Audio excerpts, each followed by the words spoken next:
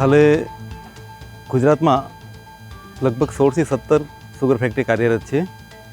એ sugar ફેક્ટરીમાં મુખ્ય પાક શેરડીનો રોકડીયો પાક છે। એમાં શેરડીનું વાવેતર સામાન્ય રીતે સાદી પદ્ધતિથી ખેડૂતો કરે છે। આવી રોપણી પદ્ધતિમાં થોડા લેબરો વધારે જાય છે અને બિયારણનો ઉપયોગ વધારે થાય છે। વીઘે લગભગ 2.5 થી 3 ટન શેરડી ખેડૂતો બિયારણમાં ઉપયોગ કરી નાખે છે। એની જગ્યાએ સિંગલ આઈબડ એક આંખના ટુકડા પાડીને ટ્રેમાં શેરડીના રોપા ઉછેરવાની એક નવી પદ્ધતિ મેં વિકસાવી છે। એમાં સામાન્ય રીતે ખેડૂતો શું કરે છે તો કે કોકોપીટનો ઉપયોગ કરે છે। કર્ણાટકથી કોકોપીટ ખૂબ મોંઘું આવે છે।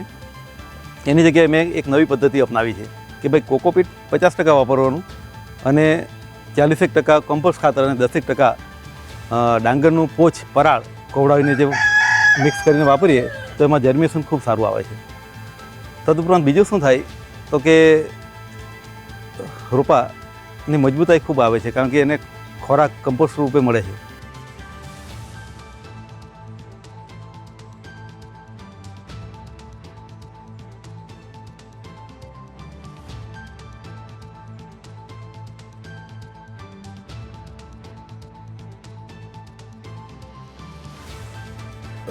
રોપા 1 કે 1.5 ફૂટના અંતર રાખવાથી એની ફૂટ ખૂબ સારી આવે છે અને ફૂટની જે શેરડી થાય છે એ ખૂબ ઘટાદાર વજનદાર થાય છે, જેથી ઉત્પાદન ખૂબ વધે છે।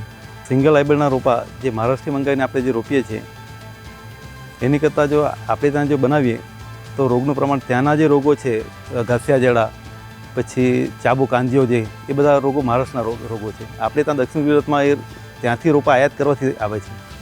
તેવા સંજોગોમાં આપણે ખરેખર અહીંનું તંદુરસ્ત બિયારણ લઈને જો રોપા બનાવીએ તો રોપા ખૂબ મજબૂત બને, તંદુરસ્ત બને અને ઉત્પાદન શક્તિમાં વધારો થાય।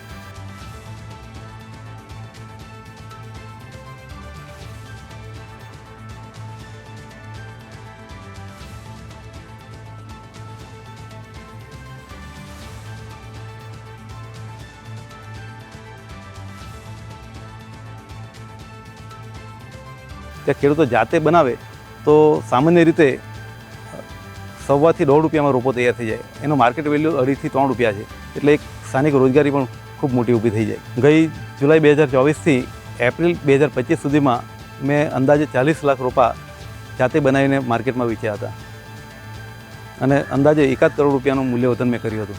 આ સિંગલ હાઇબ્રિડના રોપા બનાવવા માટે સ્થાનિક રોજગારી ખૂબ મોટી સંખ્યામાં મળી શકે એવી છે। સામાન્ય રીતે મેં ગત સાલ લગભગ 10 લાખની રોજગારી મજૂરોને આપી હતી।